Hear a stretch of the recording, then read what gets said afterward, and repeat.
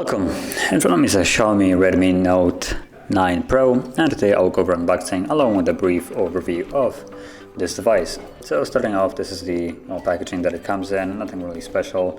On the front you actually have all the three variants in colors, although well, you can only see the two of them from the back.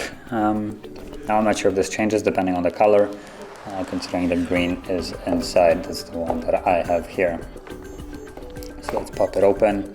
Now in here there is nothing really here, just a foil. Then we got paperwork, and I assume there is also a case. Yep, there it is. So gonna unpack the casing and we're gonna look at it shortly after. Let's just set it over here. No one really cares about the paperwork, so let's just get that out of the way. Then we get the phone itself. Now by default it does come in this, but I already have unpacked it before. You just get some basic information on here, as you can see. Nothing really special, just a foil protecting it. Pop it out, set it to the side. Then in here, this pointless piece of cardboard. A 30-watt charger, which is really nice. If I can actually get it out. There we go. So there it is. It's a fairly hefty brick, but it does 30 watts. And then we got the cable, type A to type C, with this orange markings on it, as you can see. Just a typical cable that supports the 30-watt fast charging here. And that's about it, nothing else in here. So I'll just drop that to the side as well. That too. And we'll get rid of this so it's not in my way. Let's quickly pop the case on so we can see how it looks like with it. Now by default the device comes with some kind of screen protection, as you can see, although it's already fingered up by me. There we go. So I have to say it does add a little bit of bezel to it, and it looks like it has some kind of port plug. I have never seen such a thing here, so that's the first one. I guess it's nice, not really sure, haven't ever experienced anything like that. I assume it will probably tear out fairly quickly from just plugging your charger and charging the device. Now the case itself has a little bit of a bezel to it. It's made so when you drop it on the screen side, it won't really scratch the display, so it just protects the display. Other than that, on the back you also have a bezel on this, as you can see here. So also when you press it, it doesn't scratch the camera. Now it also kind of prevents it from wobbling around, because the camera does protrude a little bit without the case. So that's nice, and it's just a little bit more stable. Now if you press it literally on the side, you can see it wobble, but other than that it does sit fairly well. So I just pop it out of the case, because nothing special here, just a silicone case, and get going with the phone itself. So if I pop it on, there we go, and unlock it, you can see the display. The only thing in the display is the little camera cutout. It doesn't have any kind of teardrop notch or anything, it's just a cutout. And the screen is 6.67 inches in size, with a resolution of 1080p by 2400 and 395 pixels per inch, with a 84.5 screen to body ratio. Now the display isn't necessarily anything super special, it's just a typical LCD display that you've probably seen on already plenty other Xiaomi devices. The screen resolution and the screen to body ratio, along with the pixels per inch, are just kind of like their standard, at least in majority of the phones that I have checked in recent timing that have come out in 2020. So they're all basically, in terms of the screen, they're all almost the same. In certain cases they do have a AMOLED display, so that is going to be better, but the resolution and about screen to body ratio with pixels per inch stay about the same.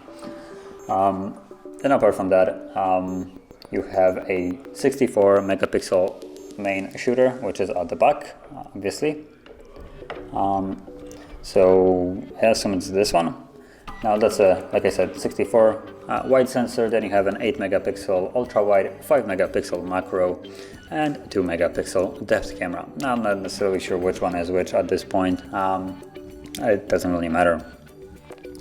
And all that basically allows you to shoot video at 4K 30 frames, 1080p 30, 60, and slow motion at 120.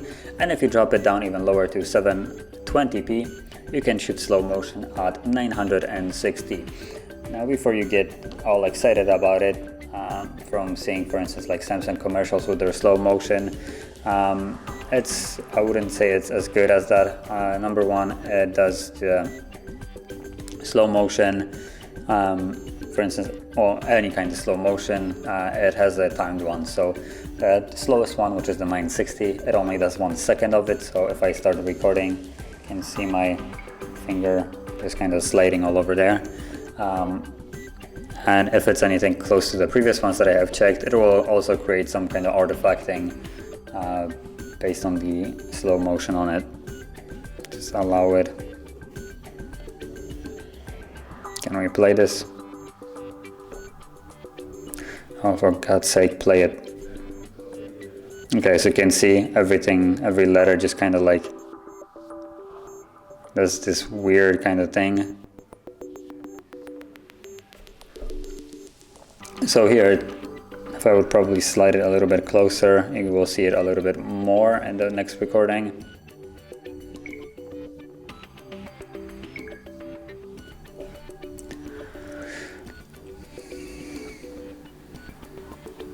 Now let's see how that came out.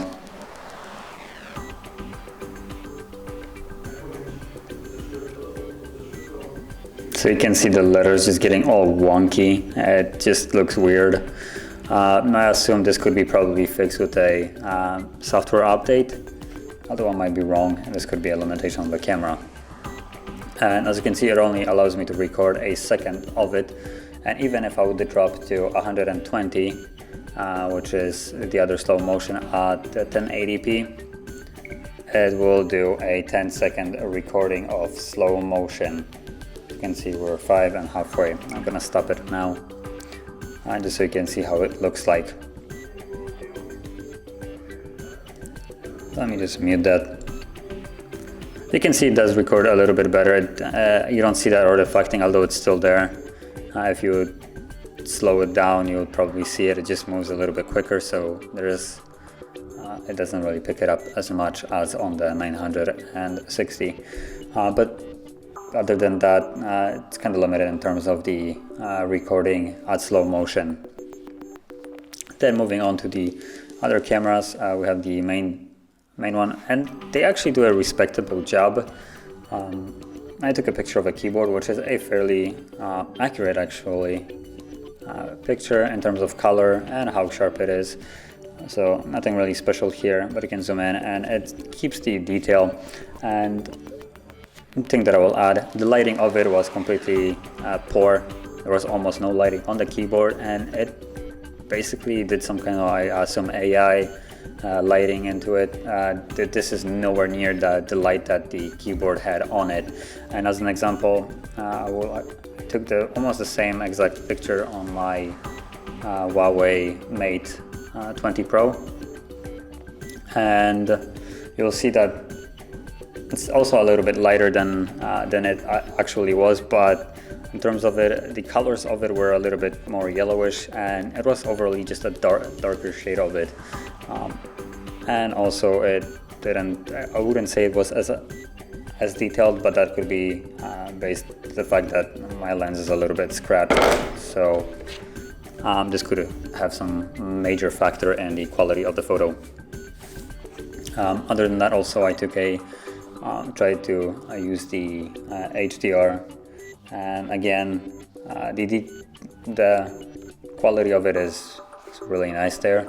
It couldn't really keep the stuff that is in the shadow too well, but again I took a similar photo right here, and let me just bring up the brightness. It's nowhere near as good, but like I said before, it also could be just because I have a scratched lens. But in here the text is super sharp, and here it seems a little bit blurry. Again, there is nothing visible after the shadow, although here I can see something. So this is just a paper that I write for a review, as you can see, with the specification of the device. But yeah, other than that, the camera takes really nice photos, I have to say. I haven't tried it all the way, and I haven't really put it to like dark modes and other tests of it, but I can just quickly snap a photo right here, just take some props. I'm gonna also turn off the light that is above, just to get the lighting as poor as possible, and let's see what it can do.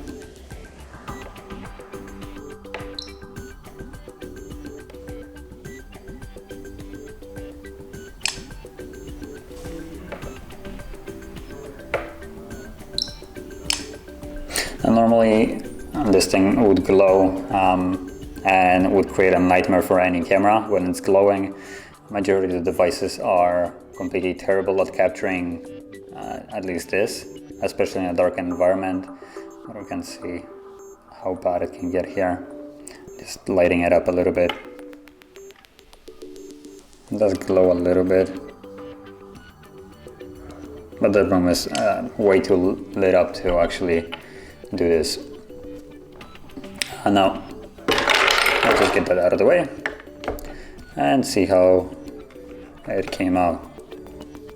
So I think I had it a little bit too close, because you can see the back is sharp over there, and just the front isn't. That's just my bad in taking the photo. Hopefully this is a little bit better. So you can see it did okay-ish job, I would say. It did keep a lot of the detail of it, fine detail of it. Now, moving on. It did come out okay. I would actually hope for a little bit better results, but like I said, this is in poor lighting condition with the monitor in the back blasting it from behind, so it does have adds a little bit of challenge to the photo. But I can already say the top right here, the red, it's just complete blurry mess. There is no fine detail to it, while in normal circumstances there is way more to it. So yeah. Now I assume, and probably the correct lighting, if I can find the prop that I have just knocked off the table somewhere. Well, no idea where that fell. But in normal lighting conditions, I assume it would come out way better than it did right now. So let me just quickly try to find that thing.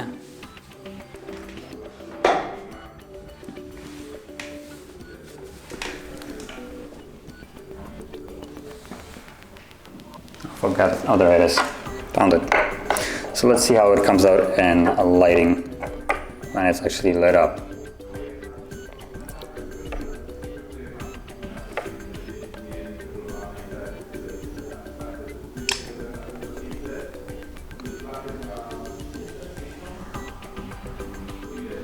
Again, it kind of makes it blurry, the top of it.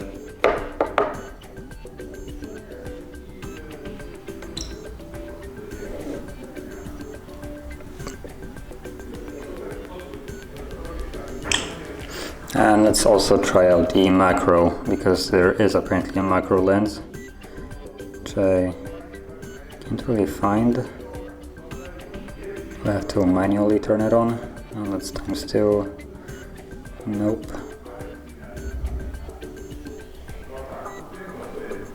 Maybe if I zoom it in completely, it will switch to macro.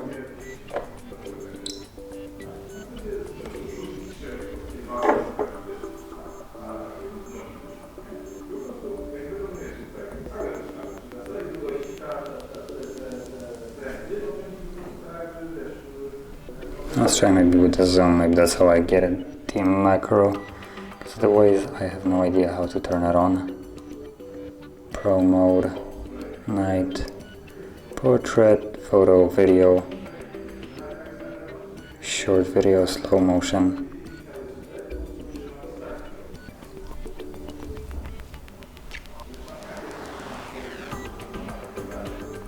this macro. So let's try the macro lens, which allows us to zoom in super close to a subject.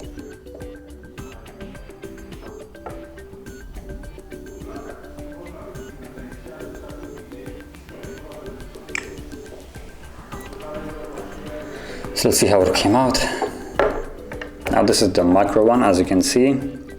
Now this is just a 5 megapixel sensor, so it does a fairly good job. As you can see, you can basically see the paint and chips on it that previously we were not able to see.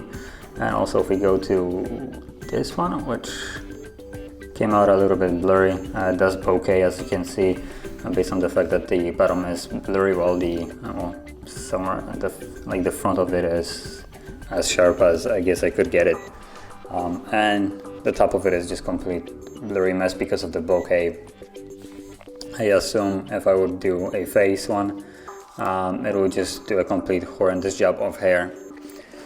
But moving on, out of the camera, at least the back ones, we also have a front one, and this is just a 16 megapixel front sensor, which let's just turn it on high. So yeah, 16 pixel wide sensor that shoots at 1080p with slow motion. Now we can see how well it does that. Let's go to slow motion.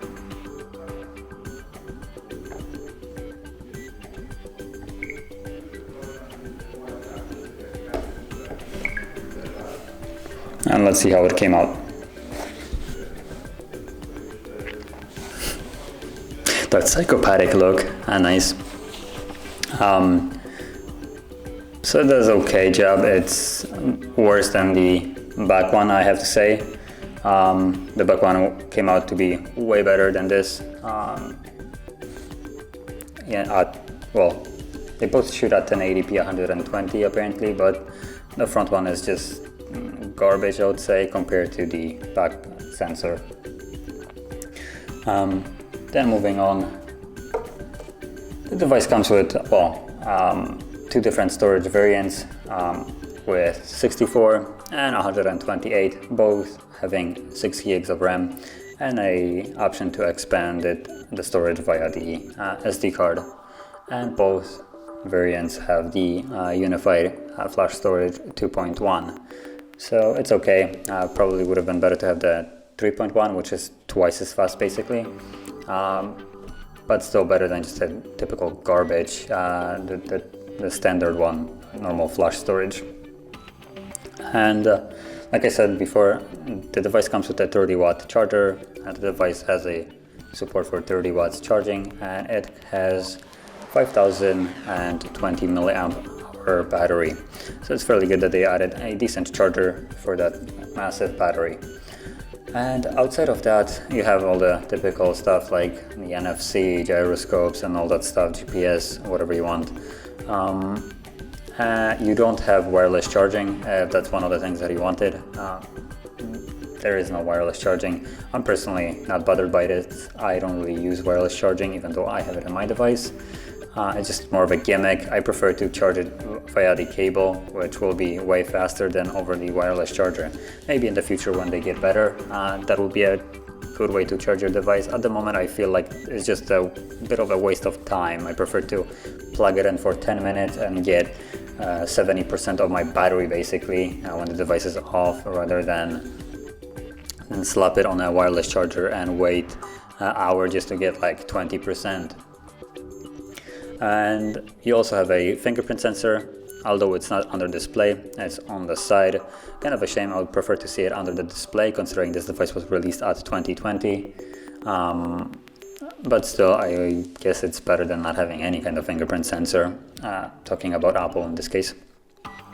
So it's right here along with the power key. If I flip it to the side, you can see it.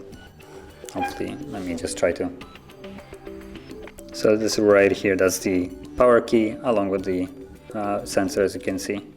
Now I don't have any kind of fingerprint added at the moment, so it won't really do anything apart from functioning as a typical power key. And then outside of that, we can go over the look of the device. So this one that I have right here is the tropical green color, and there's a weird kind of thing that I noticed. This device right here, as you can see, there's a camera, and it's just a typical square camera. But if you look at the box even, the different, for instance, the what is it? The I think Glacier White, this that you can see right here, has also black marking that go and capture the flash as well, making it a little bit not square but more of a rectangle. And it almost feels like you got a different device in a box. At least I was kind of confused at the beginning. It looks significantly different than what you have in hand right now. But this is probably the one that looks well, most different from the actual like box. As you can see, it's the previous ones, at least on the picture, they have the Glacier White and Interstellar Gray are just all kinds of just one color. It does look, the white one looks kind of nice, I would have to say. It doesn't really look white, it more looks like grayish color. While this green one has just almost a mirror finish to it, at least right here. And then if I can get the light, maybe it's gonna be visible. Nope, it didn't really help much. Let me just kind of clean it off so it's visible, but it basically has like two different patterns to it. You have the mirror finish. Okay, so you have right here the mirror finish, and then you can see the line, and it's basically just like a line design in a deeper green color. And on the camera, it's just almost, I would say, impossible to capture it. It just looks like a deeper tone of green. But if you look closely to on the phone itself, you will see that there are lines across. And those lines, basically, you have this color normally, and over that color you have the lines that go across. Maybe I can actually capture it with my phone. Let's see it so you can get a better look of it. It looks really nice, I have to say. So let's go to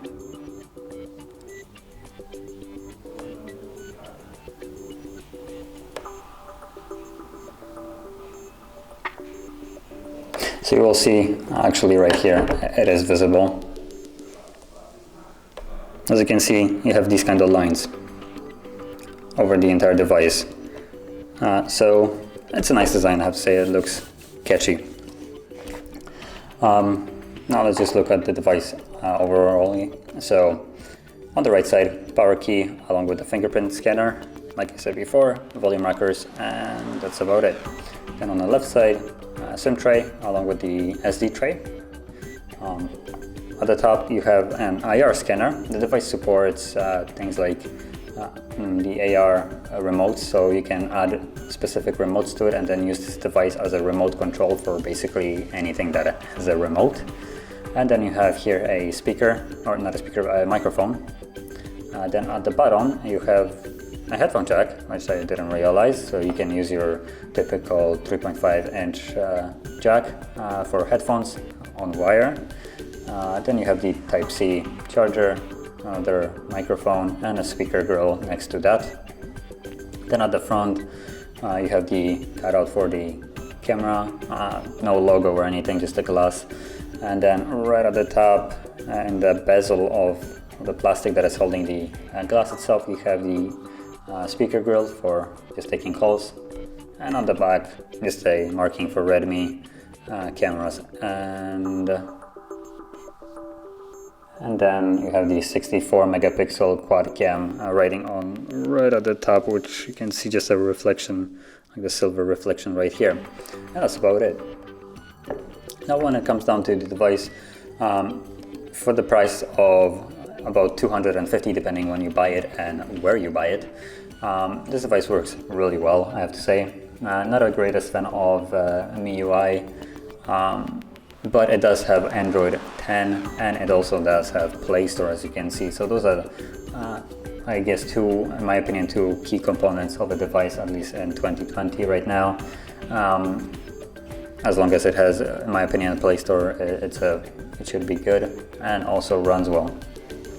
Now you don't have any kind of high refresh rate of the display, as you've seen in some newer devices like Samsung's and Huawei's that basically they started cramming at least 90 Hz refresh rates onto their displays. This is just a typical 60. But like I said, it's $250, so it's basically almost a budget device with fairly decent specifications, a really nice camera. The Snapdragon is 720G, so you're not getting necessarily the highest line out there. But from using it for a couple of days, I haven't really seen any problems with it. It doesn't lag or anything. It might not be the fastest one there, but for how much the device costs and how well it runs and basically everything else to it, it's, in my opinion, a device worth the money. And if you're looking for a good device that's run well and takes photos that are respectable for 2020, this is most certainly the device for you. Other than that, I don't really have much more to say. Recommend this device, and yeah. So if you found this video helpful, don't forget to hit the like button, subscribe, and thanks for watching.